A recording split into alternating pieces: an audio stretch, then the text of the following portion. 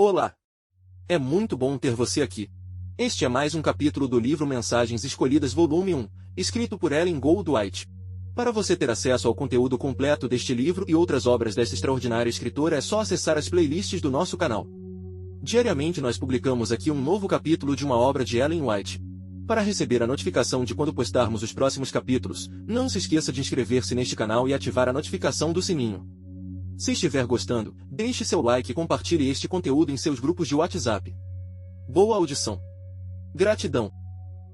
Mensagens Escolhidas, Volume 1, Capítulo 30. A Lei e o Evangelho. Quando os judeus rejeitaram a Cristo, rejeitaram a base de sua fé. E por outro lado, o mundo cristão de hoje, que tem a pretensão de ter fé em Cristo, mas rejeita a lei de Deus, comete um erro semelhante ao dos iludidos judeus. Os que professam apegar-se a Cristo, polarizando nele as suas esperanças, ao mesmo tempo que desprezam a lei moral e as profecias, não estão em posição mais segura do que os judeus descrentes. Não podem chamar inteligentemente os pecadores ao arrependimento, pois são incapazes de explicar devidamente o de que se devem arrepender. O pecador, ao ser exortado a abandonar seus pecados, tem o direito de perguntar: que é pecado? Os que respeitam a lei de Deus podem responder: pecado é a transgressão da lei. Em confirmação disto, o apóstolo Paulo diz: eu não conheceria o pecado, não fosse a lei. Unicamente os que reconhecem a vigência da lei moral podem explicar a natureza da expiação. Cristo veio para servir de mediador entre Deus e o homem, para unir o homem a Deus, levando-o à obediência à sua lei. Não havia na lei poder para perdoar ao transgressor. Jesus, tão só, podia pagar a dívida do pecador. Mas o fato de que Jesus pagou a dívida do pecador arrependido não lhe dá licença para continuar na transgressão da lei de Deus. Deve ele, daí por diante, viver em obediência a essa lei. A lei de Deus existia antes da criação do homem, ou do contrário, Adão não podia ter pecado. Depois da transgressão de Adão, não foram mudados os princípios da lei, mas foram definitivamente dispostos e expressos de modo a adaptar-se ao homem em seu estado decaído. Cristo, em seu conselho com o Pai, instituiu o sistema de ofertas sacrificais, de modo que a morte, em vez de sobrevir imediatamente ao transgressor, fosse transferida para uma vítima que devia prefigurar a grande e perfeita oferenda do Filho de Deus. Os pecados do povo foram em figura transferidos para o sacerdote oficiante, que era um mediador para o povo.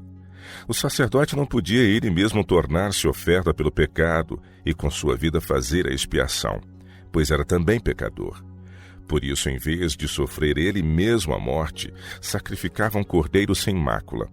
A pena do pecado era transferida para o inocente animal, que assim se tornava seu substituto imediato, simbolizando a perfeita oferta de Jesus Cristo. Através do sangue dessa vítima, o homem pela fé contemplava o sangue de Cristo, que serviria de expiação aos pecados do mundo. Propósito da lei cerimonial. Se Adão não tivesse transgredido a lei de Deus, nunca teria sido instituída a lei cerimonial.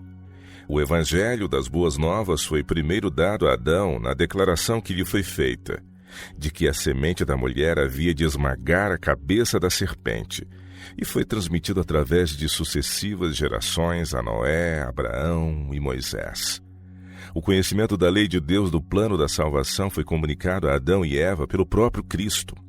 Entesouraram cuidadosamente a importante lição, transmitindo-a verbalmente aos filhos e aos filhos dos filhos.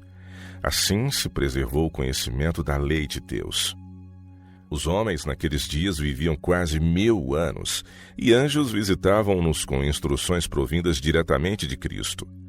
Foi estabelecido o culto de Deus mediante as ofertas sacrificais, e os que temiam a Deus reconheciam perante ele os seus pecados, aguardando com gratidão e santa confiança a vinda da estrela da manhã, que havia de guiar aos céus caídos filhos de Adão por meio do arrependimento para com Deus e a fé em nosso Senhor e Salvador Jesus Cristo.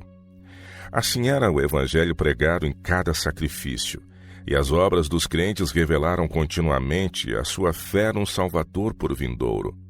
Disse Jesus aos judeus: porque se vós cresseis em Moisés, creríeis em mim, porque de mim escreveu ele. Mas se não credes nos seus escritos, como crereis nas minhas palavras? João capítulo 5, versos 46 e 47. Era, porém, possível a Adão, por exemplo e preceito, deter a onda de miséria que sua transgressão trouxera aos homens. A incredulidade insinuou-se no coração dos homens. Os filhos de Adão apresentam o primeiro exemplo dos dois rumos seguidos pelos homens em relação às reivindicações de Deus. Abel via Cristo prefigurado nas ofertas sacrificais. Caim era incrédulo quanto à necessidade de sacrifícios. Recusou-se a discernir que Cristo era tipificado pelo cordeiro morto. O sangue de animais parecia-lhe não ter virtude alguma. O evangelho foi pregado a Caim assim como para seu irmão, mas foi-lhe um cheiro de morte para a morte, visto como não reconheceu no sangue do cordeiro sacrificial a Jesus Cristo, a única provisão feita para a salvação do homem. Nosso Salvador, em sua vida e morte, cumpriu todas as profecias que para ele apontavam, e foi a substância de todos os tipos e sombras apresentados. Ele guardava a lei moral e exaltou-a, satisfazendo as suas reivindicações como representante do homem. Aqueles de Israel que se volveram ao Senhor e aceitaram a Cristo como a realidade simbolizada pelos sacrifícios típicos, discerniram a finalidade daquilo que devia ser abolido. A obscuridade que cobria como um véu o sistema judaico era-lhes como o véu que cobria a glória da face de Moisés. Esta glória era reflexo da luz que Cristo veio trazer ao mundo, para benefício do homem. Enquanto Moisés no monte comungava com Deus o plano da salvação que remontava à queda de Adão, foi-lhe revelado de modo assaz vivo. Soube então que o mesmo anjo que dirigia o peregrinar dos filhos de Israel seria revelado em carne. O amado Filho de Deus, que era um com o Pai, faria um com Deus a todos os homens que nele crescem e confiassem. Moisés viu o verdadeiro significado das ofertas sacrificais. Cristo ensinou a Moisés o plano evangélico, e por Cristo a glória do evangelho iluminou o semblante de Moisés, de modo que o povo não o podia contemplar. Moisés mesmo estava inconsciente da brilhante glória que lhe irradiava da face e não sabia por que era que os filhos de Israel fugiam dele quando se lhes aproximava. Chamou-os para junto de si, mas não ousavam olhar para aquela face glorificada. Quando Moisés percebeu que o povo não lhe podia mirar o rosto por causa de sua glória, cobriu-o com um véu. A glória do rosto de Moisés era muitíssimo penosa para os filhos de Israel, por motivo de sua transgressão da santa lei de Deus. Isto é uma ilustração dos sentimentos dos que violam a lei divina. Desejam remover dela sua luz penetrante, que é um terror para o que a transgride, a passo que para os leais ela se afigura santa, justa e boa. Apenas os que têm justa consideração para com a lei de Deus podem estimar devidamente a expiação de Cristo, tornada necessária pela violação da lei do Pai. Os que mantêm a ideia de que não havia Salvador na dispensação antiga têm sobre o entendimento um véu tão opaco quanto dos judeus que rejeitaram a Cristo.